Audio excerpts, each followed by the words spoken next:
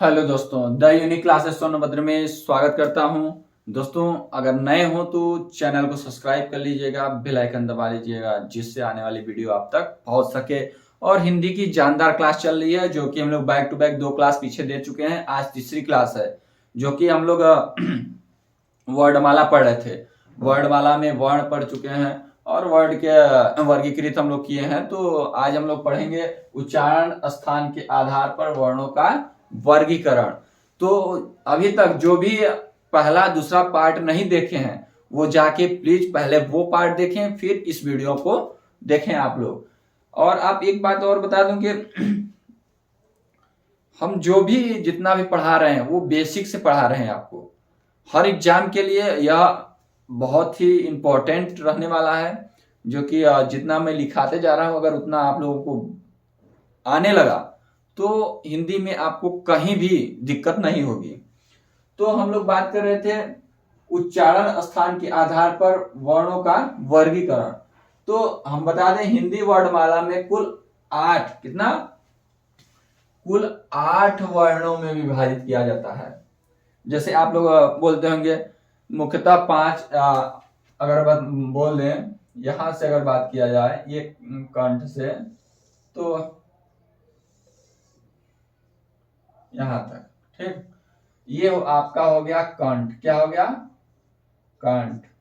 ये हो गया आपका तालव्य, तालु जिसको बोलते हैं। और ये हो गया तालु के बाद क्या आता है? तालव्य, तालु या तालव्य बोलते हैं, तालव्य, ठीक। और इसको बोलते हैं मूर्धा, मूर्धा यानी मूर्धा। और इसको बोलेंगे, यहां आ जाएगा दंत। आपको इसको भी डिटेल से बता रहा हूं, दंत। और इसके बाद होता है यहाँ ओट्स, ओट। देखिए दोस्तों, कंठ कहने का मतलब आपको यहाँ कंठ, ये जो कंठ दिख रहा है ना, 5 तरह से भाषाएं निकल सकती हैं कंठ से। और कंठ से और तालु, कंठ के ऊपर होता है तालु, यहाँ तालु होता है, क्या? तालु। और फिर उसके बाद मूर्ध यानी मुंह से, जो अंदर होती है मुंह, उससे वर्ण निकलते हैं। और इसके बाद दंत, अपने दांत से, जीभ दोनों ओठों के बीच में जो दांत है, दांत दिख रहा है, उससे निकलती है। और ओठ, ये दोनों ओठ जो है आपको दिख रहा, दोनों ओठ से वर्ण ध्वनि निकलती है। ये 5 तरह से ध्वनि निकल के वर्ण शब्द निकलता है ध्वनियों से।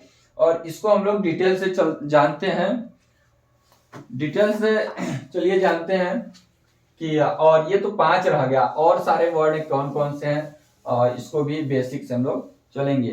तो आपको पहले मैं बता दूं कि 8 वर्णों में विभाजित कौन कौन से हैं। तो मैं आपको 8 वर्ण सबसे पहले लिखा देता हूं, बताता हूं। तो पहला है कंठ वर्ण। क्या है? कंठ। आपको बताया ना, कंठ से बोला जाता है। कौन सा? कंठ वर्ण, कंठ वर्ण। और दूसरा हो जाता है आपका तालव्य। क्या होता है? तालव्य, तालव्य वर्ण बोल सकते हैं या तालु, ठीक।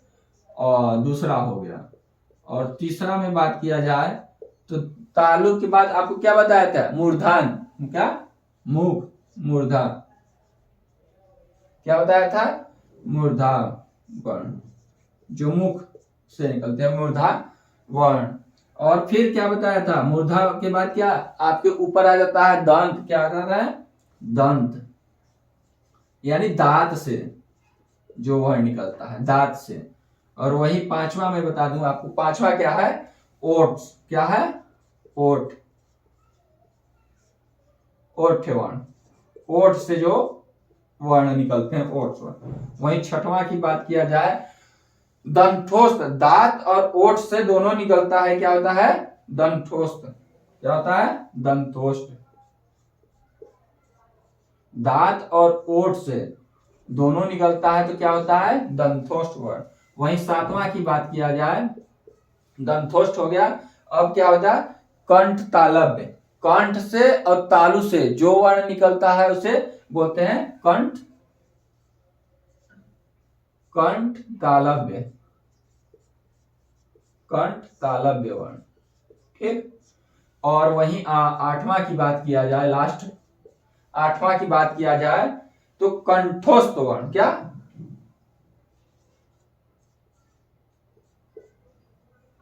कंठस्थ वर्ण, ये आपका हो गया। अब कौन कौन से वर्ण हैं जो बोले जाते हैं वो भी हम लोग जानते हैं।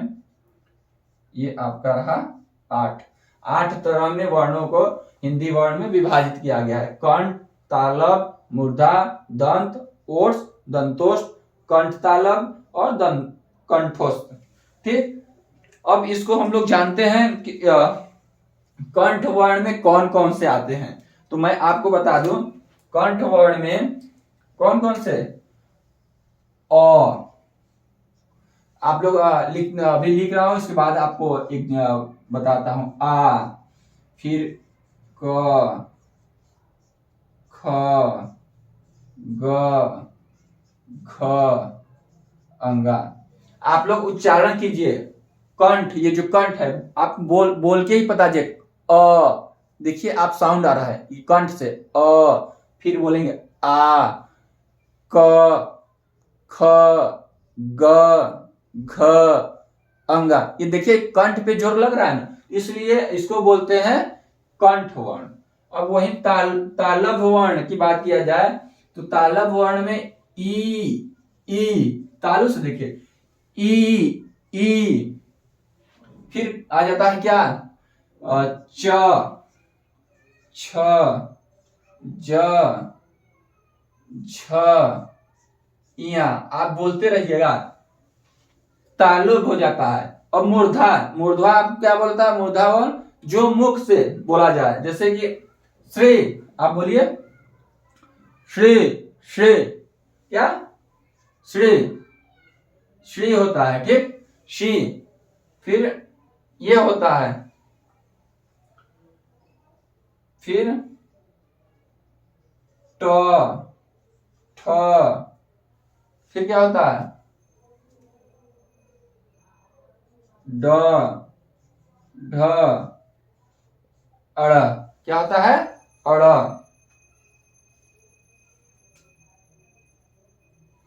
ठीक, अड़।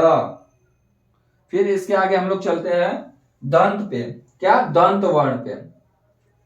दंत बोलिए त, अब बोल के ही पता चल रहा है क्या त, क्या बोल रहा है थ, द, ध और न। आप बोलिए न नहीं होगा न, ये नाक से हो जा रहा है न। ठीक, सॉरी, आप लोग को समझ में आ रहा है कि नहीं। अब वही बात करते हैं ओट्स को, ओट्स वर्ण ऊ, ओट से ही निकल रहा है, क्या आ रहा है ऊ, क्या हो जाएगा ये छोटी ऊ और क्या हो जाएगा बड़ी ऊ, फिर हो जाएगा प, अब ओट से ही बोलिएगा फ, फिर ब, क्या हो जाएगा ब, फिर क्या हो जाएगा भ, फिर म। ये ओट से ही बोलिए प, फ, ब, भ, म, बोलिए, दोनों ओट से चिपक रहा है ना, प, फ, ब, ऐसे ऊ, ओट का प्रयोग हो रहा है, इसलिए म तक हो गया। फिर दंठोस्त में आपका हो जाए दांत और ओठ से दोनों, तो व बोलिए व, ओठ और दंत व, क्या हो जाएगा दंठोस्त में व। ठीक, दंत वर्ण में आपको क्या है त, थ, द, ध, त, थ, द, ध धनुष होगा, क्या होगा सॉरी ध, क्या होगा ध। फिर और लिख सकते हैं ध के बाद और लिखिए न भी है, और न, ल, स, र, ये आपके दंत है। न, ल, स, र, दंत। ठीक, ये आपके दंतोष्ठ हो गए, ओट्स हो गए। अब कंठ तालव्य, कंठ तालव्य, जो कंठ से और तालु से बोला जाता है। जैसे ए, क्या ए बोल के देखिए, कंठ ए, तालु ए, जोर जा रहा है ना, ए, तो ए हो गया। और कंठों से वर्ण तो ओ, कंठोस, ठीक, ओ बोल के देखिए, ओ। और ध्यान दीजिएगा, ये जो ये है न ल स को हम लोग क्या कहते हैं जानते हैं? वत्स, क्या बोलेंगे? वरस से वर्ण, क्या वरस से वर्ण, आप लोग नोट करते जाइएगा। और ये जो है क ख ग घ अंगा, ध्यान दीजिए, इसको हम लोग बोलते हैं कोमल तालु, क्या, या आप बोल सकते हैं क्या बोल सकते हैं? कोम तालव्य, या कोमल तालव्य, ठीक, ये बोल सकते हैं कोमल तालव्य वर्ण। एग्जाम में बहुत तेज आता है, ठीक, ये आपको रहा। अब आपको मैं शॉर्ट ट्रिक में बताऊंगा कि अल्प प्राण, महाप्राण, नासिक और ये सारी चीज बताता हूं, तो आप लोग उनको स्क्रीनशॉट ले लीजिए। ये 8 प्रकार के होते हैं, ठीक। चलिए अब आपको ट्रिक के अनुसार बताते हैं, ठीक।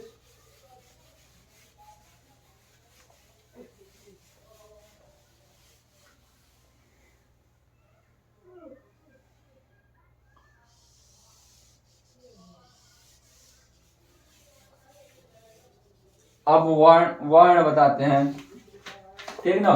5 तरह के जो हम आपको बताए थे कि बोला जाता है, ध्वनि निकलती है, कंठ, तालु, मूर्धा, दंत, ओट्स, तो इनके बारे में हम लोग बात करेंगे। तो आपको पहले ही बता चुका हूं, ये जो स्वर होते हैं, स्वरों की संख्या 11 होती है और व्यंजनों की संख्या आपको मैं बता चुका हूं 33 होती है, ठीक। और भी बताया था कि 41 कैसे होता है, वो भी आपको गिन के बताया था। तो हम लोग व्यंजनों की बात करेंगे, जो कि 5 हम लोग यहां बताए थे कि पहला आता है, आप लोग कुछ नहीं, सबसे पहले याद कर लीजिएगा एकदम बेहतरीन तरीके से। आपको ट्रिक एक मैं बता दे रहा हूं। ट्रिक क्या है? केटीएम,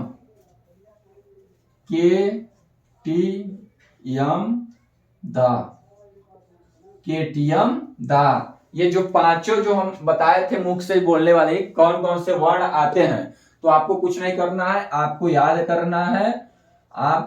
करना है केटीएम द। अरे यार नौजवान, अभी तुम लोग हो, पापा से बोल दो यार केटीएम दा। क्या बोलोगे? पापा से बोल देना, ऐसे याद करना, केटीएम दा, तो केटीएम दा, केटीएम का मतलब के से हो गया कंठ, क्या हो गया? कंठ वर्ण, क्या हो गया? कंठ वर्ण। अब टी से क्या हो गया? तालुब, तालब, क्या, या तालव्य हो गया, या तालव्य वर्ण। और वहीं यम से क्या हो गया? मूर्धन, क्या? मूर्धन, यानी मुख से मूर्धन वर्ण, ठीक। और डी से क्या हो गया? आपको दंत, दा से दंत याद रखना है, दंत वर्ण, क्या?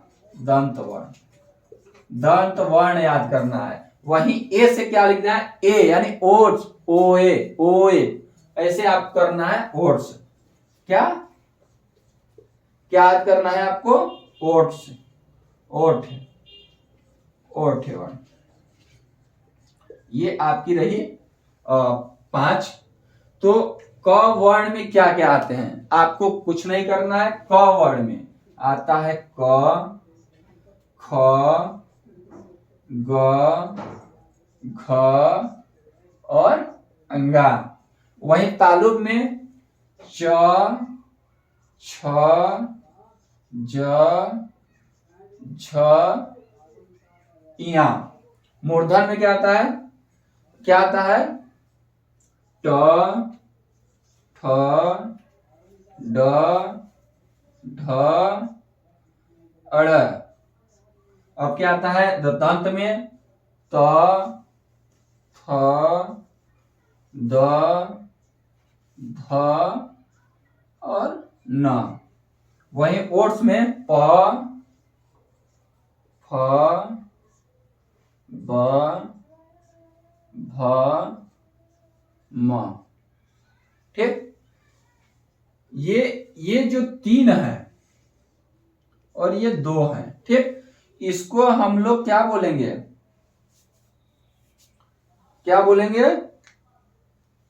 अभी बता रहे हैं। ये क वर्ण है, क वर्ण आपको क, ख, ग, घ, अंगा, यहां से इतना जो होता है, यहां से इतना जो होता है, ये आपको क वर्ण होंगे। क्या होंगे, क वर्ण। वैसे ही त वर्ण यानी तालब में पूछा जाए कि च वर्ण कौन कौन से हैं, तो च वर्ण आपको ये पूरा बताना है, च वर्ण आपको यहां तक है। वही क वर्ण बोले तो यहां तक, और ट वर्ग बोले तो ट की मतलब पूरी लाइन, देखा ना, पूरी लाइन। वैसे दंत वर्ण पूछे तो त का पूरा वर्ण, और वैसे प, फ, ब ये ओट्स व्यंजन, ये आपका वर्ण के संबंधित हो गया। क्या हो गया, वर्ण के संबंधित हो गया। ठीक, क वर्ण अगर आपसे पूछे एग्जाम में तो क, ख, ग, घ, अंगा बताइएगा। वही च वर्ण की बात करें तो च, छ, ज, झ, इया बताइए। ट वर्ण की वही बात करें तो ट, ठ, ड, ढ, ड़, ये 3 बताइएगा। वैसे त वर्ण से पूछा जाए तो त, थ, द, ध, न, ये त वर्ण हो गए।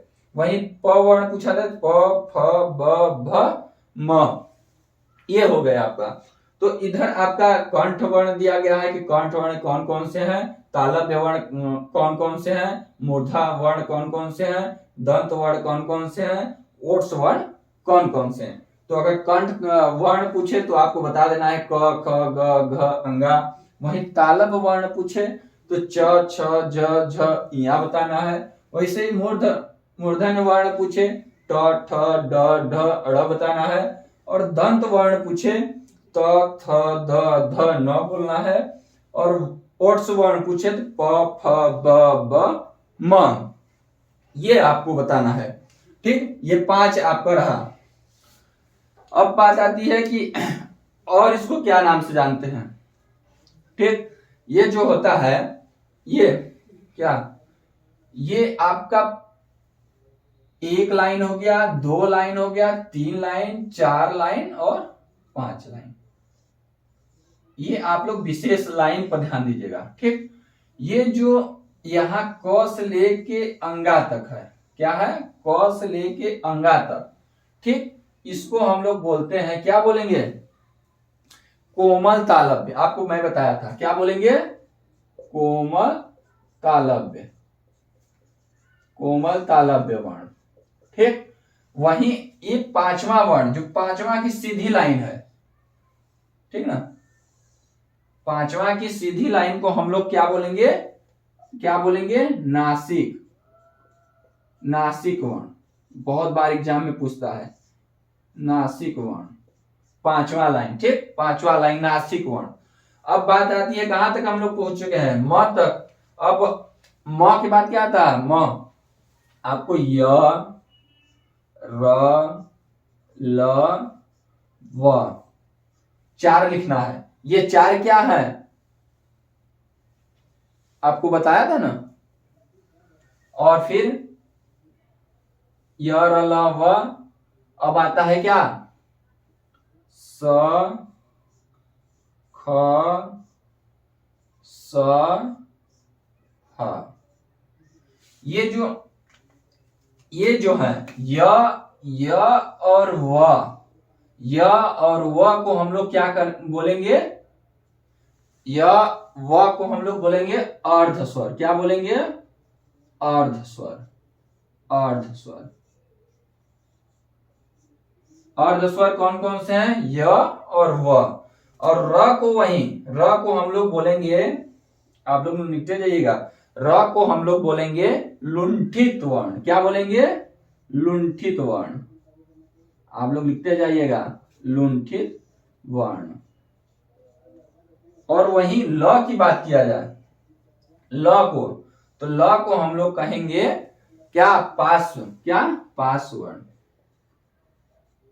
पार्श्व वर्ण, ठीक, पार्श्व।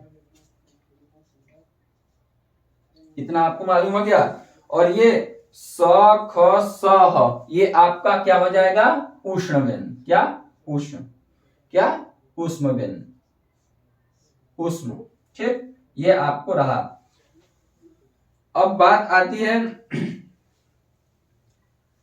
ये आपका रहा, एक दो तीन लाइन कर दे, एक कोमल तालव्य भी हो गया, पांचवा लाइन आपका नासिक हो गया। य और व को अर्ध स्वर कहते हैं, र को लुंठित वर्ण कहते हैं, ल को पार्श्व वर्ण कहते हैं, स ख स ह को ऊष्म व्यंजन कहते हैं, ऊष्म व्यंजन, ठीक। इतना आपको उम्मीद करता हूं आ गया होगा। अब हम लोग चलते हैं अघोष, सघोष, अल्पप्राण, महाप्राण जानते हैं, ठीक। आपको ये क ख ग यही लिखा रहने दीजिए, इसको कुछ नहीं करना है आपको, जहां है वही रहने दीजिए, ठीक। इसको मिटा देते हैं।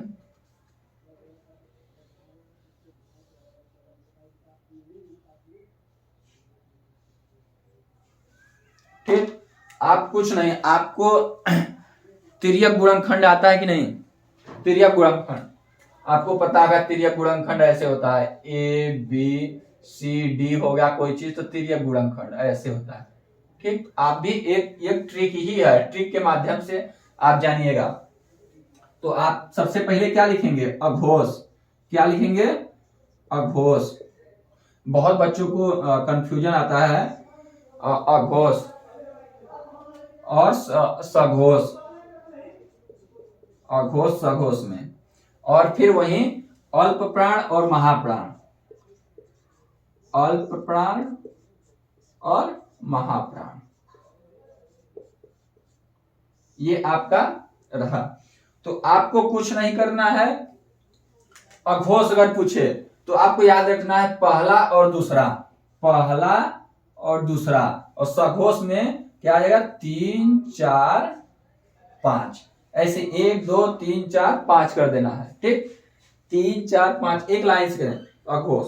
और वहीं अल्प प्राण की बात करें तो अल्प में एक विषम संख्या 1 3 5, महा में क्या हो जाएगा, महा से पता चला बड़ा, तो यहां हो जाएगा 2 4।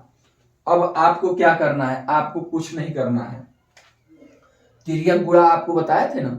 और अल्प प्राण में और संख्याएं आ जाएंगी, जैसे कि य र ल व, ये भी अल्प प्राण है, क्या है, अल्प प्राण। वही महाप्राण की बात करें तो महाप्राण में स ख स, ये वर्ण आ जाएंगे महाप्राण में, ठीक ना। तो तिर्यक गुणा आप कर दीजिए, तिर्यक गुणा करने आता ही है, तो सबसे आसान हो गया ना आज करने में आपको।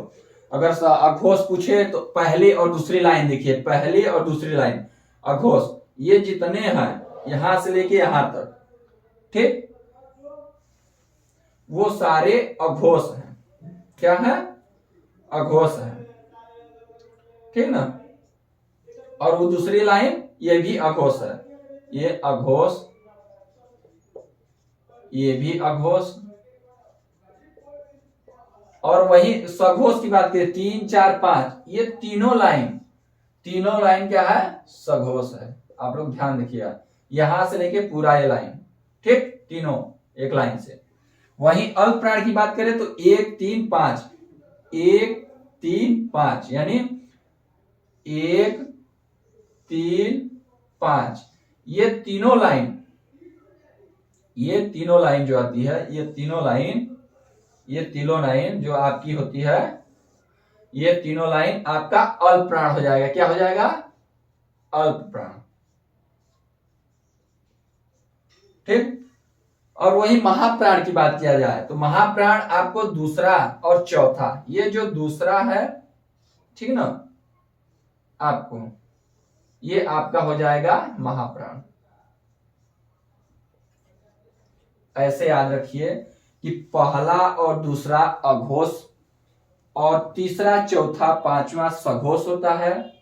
और वहीं अल्प प्राण की बात किया जाए तो पहला तीसरा पांचवा अल्प प्राण होता है और महाप्राण 2 4 दूसरा लाइन और चौथा लाइन ये महाप्राण होता है। उसके अंतर्गत अल्प प्राण में यर और लव होता है, महाप्राण में स ख स। अल्प प्राण और सघोष का तिर्यक उल्टा होता है, सघोष और महाप्राण का ये सेम उल्टा होता है। क्या होता है?